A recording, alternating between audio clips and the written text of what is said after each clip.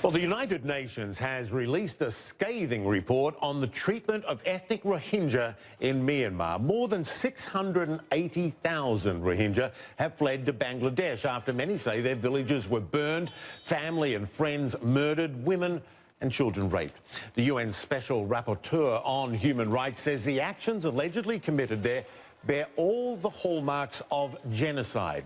Young Hee Lee says she is demanding accountability in the strongest terms. Now, Myanmar, of course, denies all of this, but Lee says she has seen evidence that Myanmar's military is still targeting Rohingya, burning their villages and possibly using a new tactic, starvation.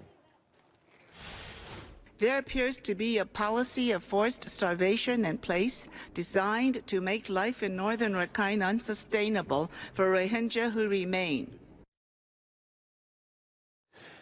Meanwhile, Amnesty International says Myanmar's military is making a land grab of sorts in Rakhine State, trying to remake it and reshape it. Got some before and after satellite images to show you, and they give you some pretty stark changes. Now, you can see the before here on the left. That's where a burned village was. Now, on the right, exactly where that village was, you can see a number of new structures and, key to this, a couple of helipads as well. Hard to tell what these structures are. They look more like barracks than a village, though. Got another image to show you now, and you can see where villages were razed on the left, burned villages over there on the left of the screen, and a large area of farmland in the square right there. Now, on the right, these new structures were erected in the middle of that farmland. And again, guess what? Some new helipads as well.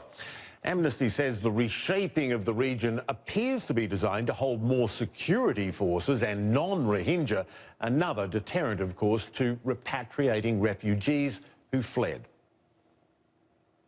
So this is, for us, very clearly a militarisation of northern Rakhine State. In many areas, the military are just grabbing land to build their own security force bases.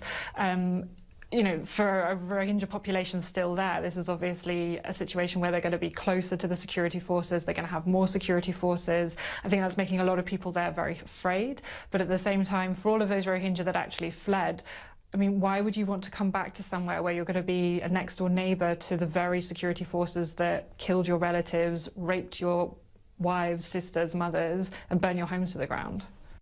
And indeed, UN representatives say many Rohingya tell them they do not want to return to Myanmar. Amra.